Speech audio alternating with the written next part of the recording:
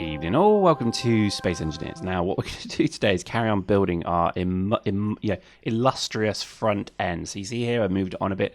Look at that, that's a conservatory to be proud of. Need some potted plants, need some need some kind of IKEA furniture, then this thing is going to look pretty hot. And then it's a party time for the ladies. I don't know what I'm talking about. I'm talking absolute Belgian shash. But yeah, loving this game. Still can't work out the angling and the stuff. Do you know what I mean? I can't work it out. I've given up. I'm giving up.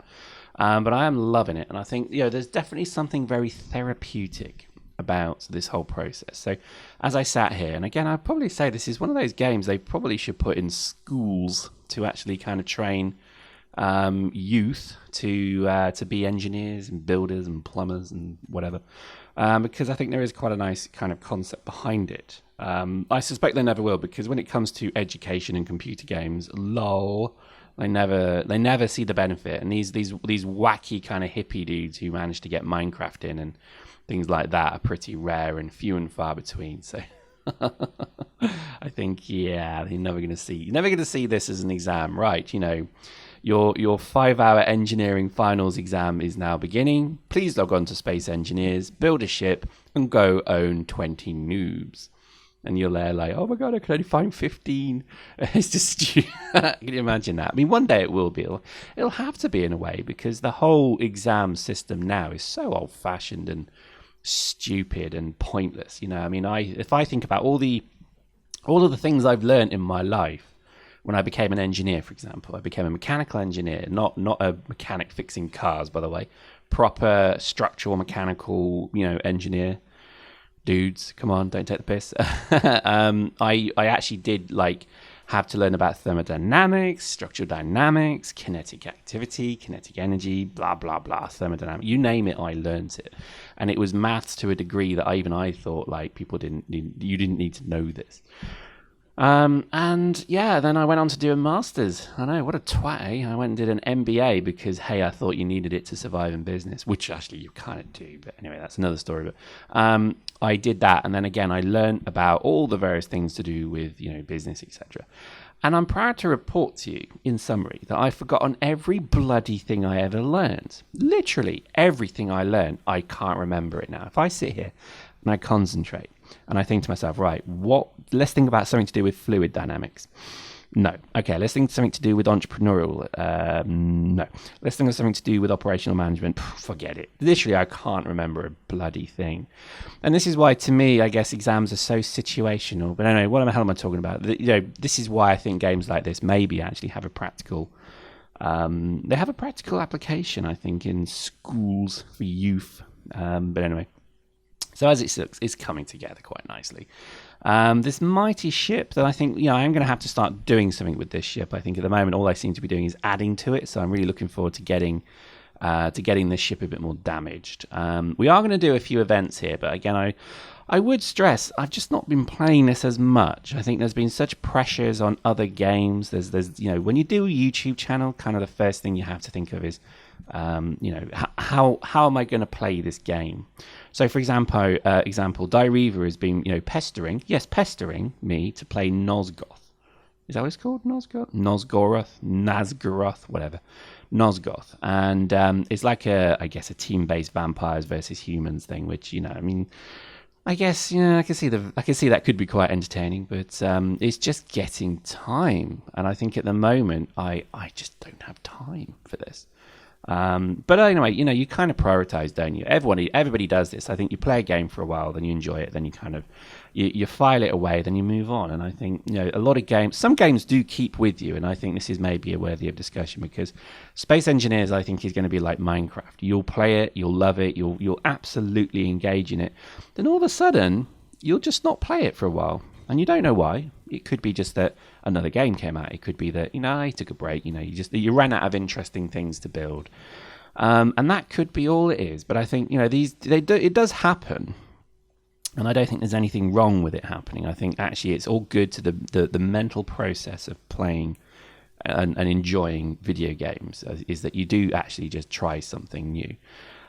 This translates into a very physical asset to you, which is the ability to manage change. Too many people don't have this. These are the people that just play the same game over and over and over and over. And I include myself in this. When I played Eve, oh my god, I got that one the wrong way around. Oh, well, we'll fix it. But you do, I did get into this with Eve. Is I just kept playing it, and I think, I did wonder, why am I not getting bored of this? But anyway, long story. So I think, games like this, there's nothing wrong with kind of taking a break and trying other stuff. But, don't worry, we are going to keep doing videos of it. I do love this game considerably. And I think maybe what I need to do is a few more events. So we'll set up something where everyone can come and shoot shit or something. But we'll do it properly. We'll set it up. We'll actually have a bit of a laugh with it. And, I'll publicize it better than I have done so far.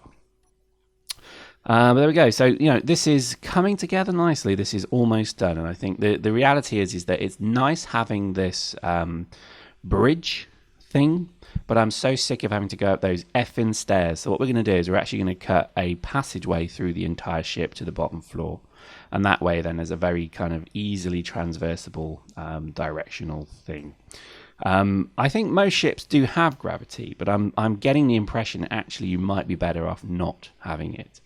I don't know why, but I just get the impression that yes, having gravity and translating across decks using stairs is all a good thing.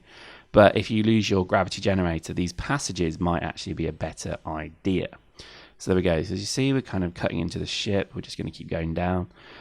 This could be a good idea. I'm kind of skeptical as I do it, but I'm thinking to myself, should I move one over? Is this right? Am I too far? And then I think to myself, I think actually it needs to be here. So all of that work done cutting open the hull, we're just going to start here. But I just think, again, when you look at the subtext of what we're playing here, it is incredible, isn't it? I mean, we've built a ship.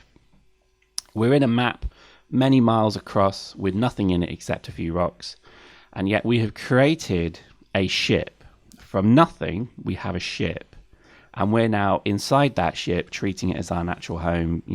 It just blows my mind how clever this game is, because I took it for granted that the ship's there, but the reality is that actually we built this ship on rock and roll. But obvious joke. But we built this ship completely, from nothing. And then I know I did use creative, but you see what I mean. You've created something that is then in the map and then moves around with you, and that's quite exceptional when you think about it. Minecraft, I think, never even had to do this because everything was static. This is where I think this game takes it to the next level, because it's quite clever that they've created a am I on the ground floor? Don't think I am. No. I think they've created something that is unusual in that you actually have the ability to to create something from nothing and then live in it and improve it and develop it and move it around and go do stuff with it. And I think that's got to be its biggest USP, unique selling point. So there we go. Look, bottom ground. Finally, there we go. So that's Del Boy's medical base. Let's get some energy. Almost dead. But this is it. So that's our little access route cut. And what we then do is we use passageways to actually build up the passage block. I do like the passageways. I think, again, if I built this ship from scratch, I would not have just open halls. I would have passageways on both planes, X and Y. Because to me, X, Y, and Z. Because I think to me they just make a lot more sense having a proper passageway there. Now, the only problem is it gets tricky when you have junctions and you have lights. But as you can see here, this thing is quite good. I'm liking this. So there we go.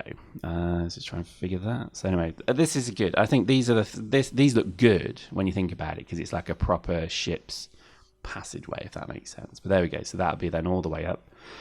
And happy days. That's looking pretty good. And then that gives us easy access to the bridge. Now, there is a primary bridge. I'm maybe going to treat this as the conning tower. There we go. Conning tower. There you go. Getting technical on you. But then that makes more sense to me to have that kind of conning tower link. Now, this, in theory, one day might be a lift. Maybe they'll include lifts. I don't know. But I think at the moment, I'm quite happy for that to be a jetpack access route. And that's looking pretty cool.